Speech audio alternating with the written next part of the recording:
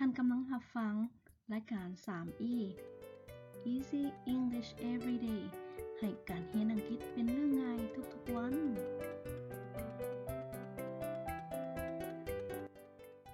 สบายดีขอต้อนรับทุกคนเข้าสู่รายการใหม่ของช่องลาว101เนาะก็ถือว่าเป็นช่องที่ว่าจะสอนภาษาอังกฤษแบบง่ายๆในคอนเซปต์ของ 3E เนาะ Easy English Everyday ตัวนี้จะเป็นซีรีส์ของการเอาคำศัพท์เอิ้นว่า idiom ในภาษาอังกฤษเนาะมาเว้าสู่กันฟังก็ขอแชร์เล็กๆน้อยๆเนาะเริ่มต้นด้วยคำว่า couch potato ในมื้อนี้ฮู้บ่ว่าตัวนี้มีความหมายว่าคนขี้ค้าน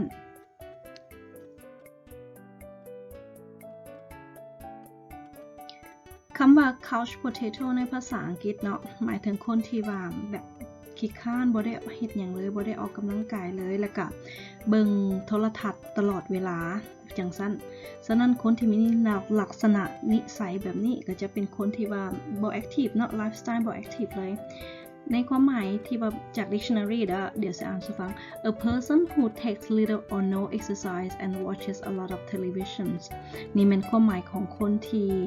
เอิ้นว่า couch potato เนาะและในตัวอย่างของการใช้คำว่า couch potato นี่จะยกให้อยู่2 sentence ในบทเรียนตัวนี้เนาะเอิ้นว่าประโยคทำอิฐเราอาจจะใช้ในทำนองว่า don't be such a couch potato get up for some exercise don't be such a couch potato get up for some exercise โอ้ยอย่าสุขี้ข้านหลายลุกขึ้นมาออกกำลังกายแน่เนาะในประโยคตัวนี้หรือว่าบางคนที่ว่าเฮ็ดเวียกหลายมื้อแล้วบ่มีเวลาเนาะเฮาอาจจะว่า I'm a couch potato when I have time I'm a couch potato when I have time โอ้ข่อยนี่สิเป็นคนขี้ข้านเลยเมื่อค่อยมีเวลาเนาะ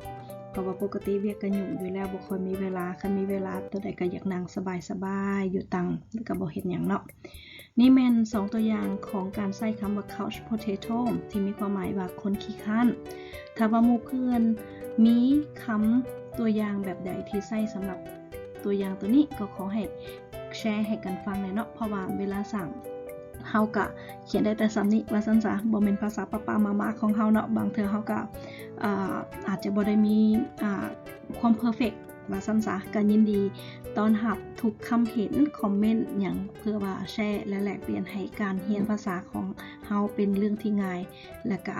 เป็นการเรียนที่เรียนอย่างสม่ำเสมอทุกๆวันและมีคนติดตามทุกๆวันเนาะเป็นจังได๋ก็ฝากกดไลค์กดแชร์แล้วก็ติดตามให้กันแน่ได้กด Subscribe แล้วก็เพื่อติดตามรายการดีๆแบบนี้กับช่องลาว101อีกเทื่อนึงเนาะแล้วพบกันใหม่เด้อ